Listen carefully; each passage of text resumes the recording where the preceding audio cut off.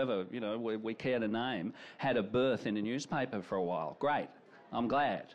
But newspapers have never been the home, never been friendly to serious film criticism. They're just an extension of the movie industry. And this is where Christina comes in, because I think they prove that it's very well possible. Yeah, so. and just to finish my thought there, I mean, the internet is the only important thing here, because it's the internet where the interesting publishing is happening, and not just at the level of, as you were saying, Neil, not just individuals, staking interesting kinds of writings, but also groups, like you mentioned, the Kaye collective group, which is a little bit fascistic the way they do that, but collectives, groups of like-minded critics or, who kind of pool their interests and kind of put together a sensibility, an interest in a certain kind of cinema. That's where the future is. It's groups on the internet. It's not individual reviewers in newspapers anymore. I absolutely believe that. Well, I'm still working at a newspaper, and it's a space I don't want to give up easily, and just like that. In fact, I think you might be right in terms of it's a dying medium, but it won't be dead in 2 years. It will be still there next 10, 20 years at least.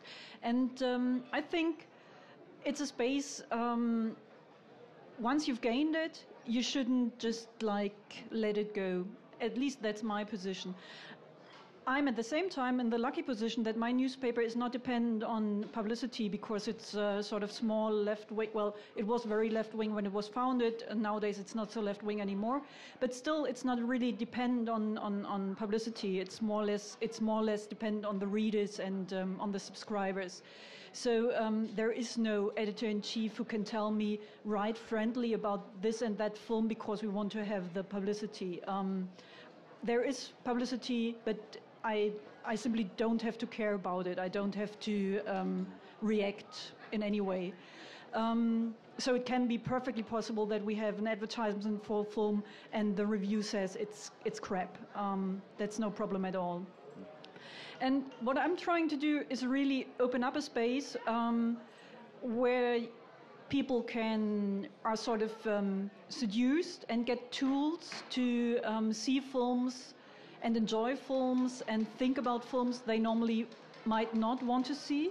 Like, for instance, Apichatpong's films, which now is sort of more, it's not really mainstream. It had very few, the audience was quite small in Germany, even though the coverage in the newspapers was very big. But still, try to have this kind of debate, not only presenting new filmmakers, but also, for instance, when there is an interesting conference on animals in film, which took place 2 weeks ago in Bremen, or 1.5 weeks ago in Bremen. There was a conference, among other people, Raymond Bellour was there, and they were talking about animals in films and about the theory of animals in films. And I'm trying to cover these events. I don't do that let's say 3 times a week, but if something appears, I try to have that. Or, for instance, if a book is published, recently there's a translation from a French book, a study on René's film Nuit et Brillant, and it was released just 2 weeks ago in Germany, and we had a big review talking a lot about the film by René, talking about filming in the concentration camp, and films, pictures, images from the concentration camp. And I have a big think piece about the book and about everything it implies. And I think, it's not me who writes it, it's freelance authors, freelance writers. And I think there is a space, and I don't want to give up this space. And I know that there is a lot of very fine criticism done on the internet, also in German language, for instance, on cargo-film.de, which is excellent. But I wouldn't know why I should give up the space I have and I have created, just because sometimes I have to take care of the Oscars. Well, certainly not. Just certainly not. You, but there's the film culture in Berlin is, I would say, quite sophisticated compared to some parts of the world and some parts where we have to write. And so in a way, when I visit a place like Berlin, I go to the Arsenal or whatever, I try to take a part of that back to Chicago. But going back to, I think, something, I'm not sure which one of you said this, but, you kind of lose the discourse a little bit with people. For example, when I go back to Chicago and I've seen all these great Filipino films in Rotterdam, I don't know who to talk to about them. I'll go to lunch, and so that's kind of. I'll go to lunch, and everybody will be bored and sleeping, and I want to talk about Black Swan. When you write and you make these references, you've got to think: does my reader have any idea what I'm talking about here? And I think for the internet, I write a review. You have no idea who's going to read it, and some people will have heard of Straubier, and some people wouldn't have a first clue who they were.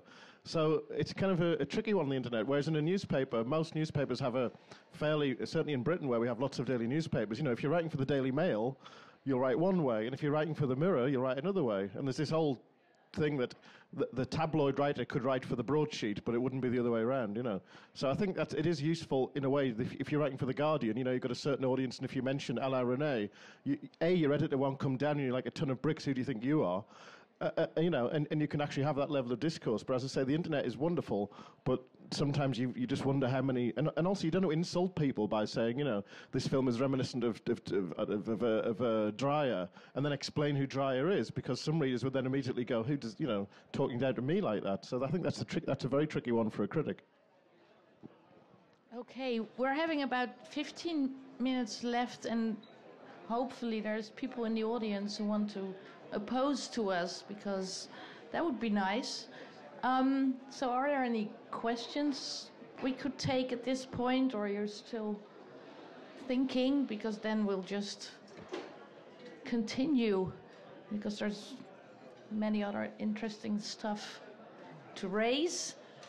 Maybe we can already invite you all for a drink tonight. It's 10:30 for all accredited press at the Hotel Central, and then we can continue because the first thing you raised, Chris, about being in opposition to the audience, I still feel like we need to figure out some strategies in how to do that. So that could be our closing statement for today, how to do that. I have one more question if you guys really want to try to restore your authority here, because I think the audience, the reason they're not asking any questions is because of that. Yeah. Okay. Which one of these performers does not appear in the cheesy 80s flick Foxes? Is it A, Randy Quaid, B, Jodie Foster, C, Willie Ames, or D, Scott Baio? I reject this question because Foxes is not cheesy. It's actually a really good film. Adrian Lyne went on to bigger and much worse things, but Foxes, seek it out on DVD. So I reject the question and will not even honour it with an answer. But I would guess probably Scott Baio. Scott Baio? Scott Baio. Yay. All right, they've restored their authority. Okay, we're authorities after all. Thanks, Donna, for having us once again. Okay, but should we have a 5 minutes quick round on how to do that, get the audience back in the seats, because that's what it's all about. It's about getting them to see films, whether as contrarians or as conformists. So, quick thoughts. I reject your idealism. I don't even want the audience to be back in seats. Let them stay home. That's my whole position, basically. I'll watch the film alone. If they don't want to be there, that's all right. Okay. I reject panels. I'm never going to do one of these Thanks. again. Not with you guys. Neil, how about you? What are you rejecting?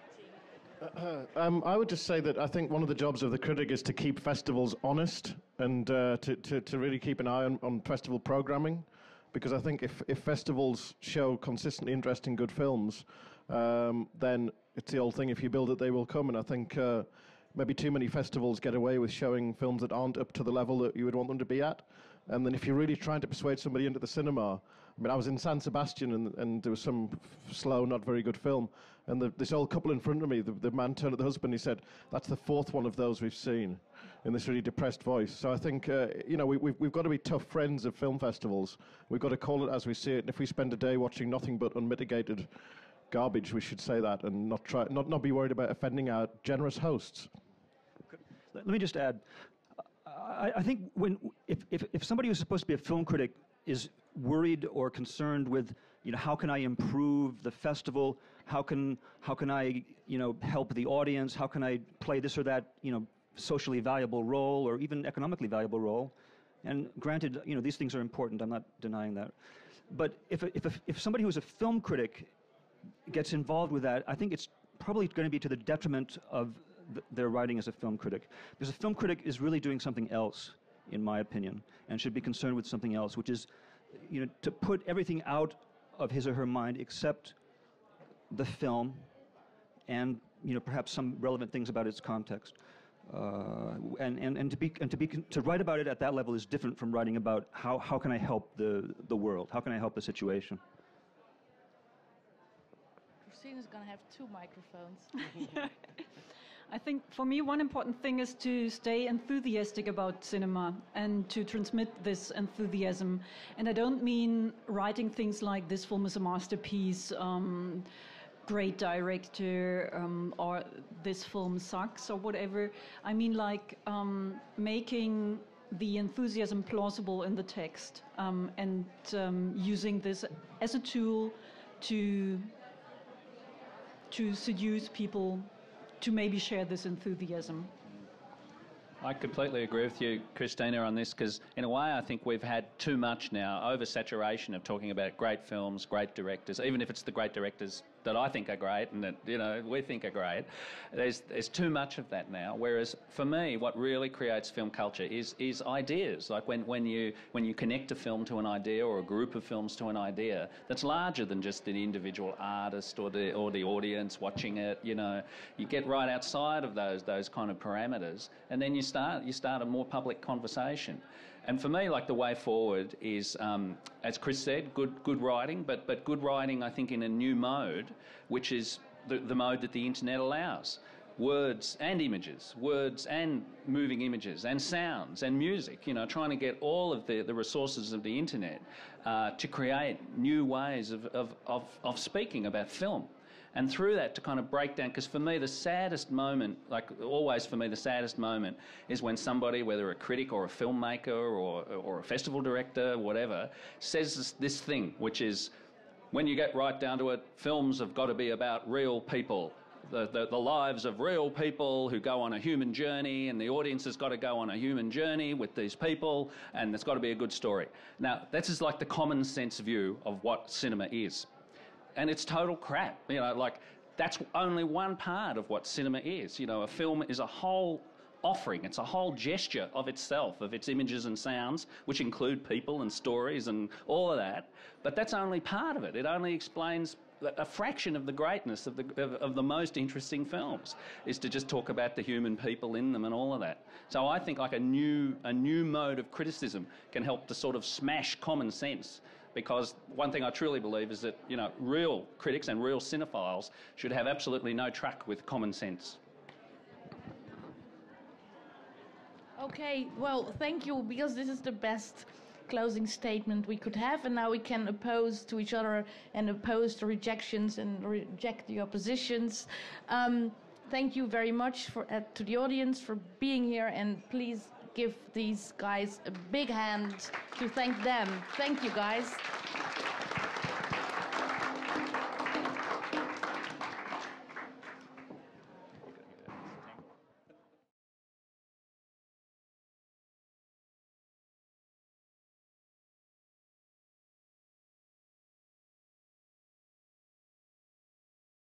Gonna snap your foot for what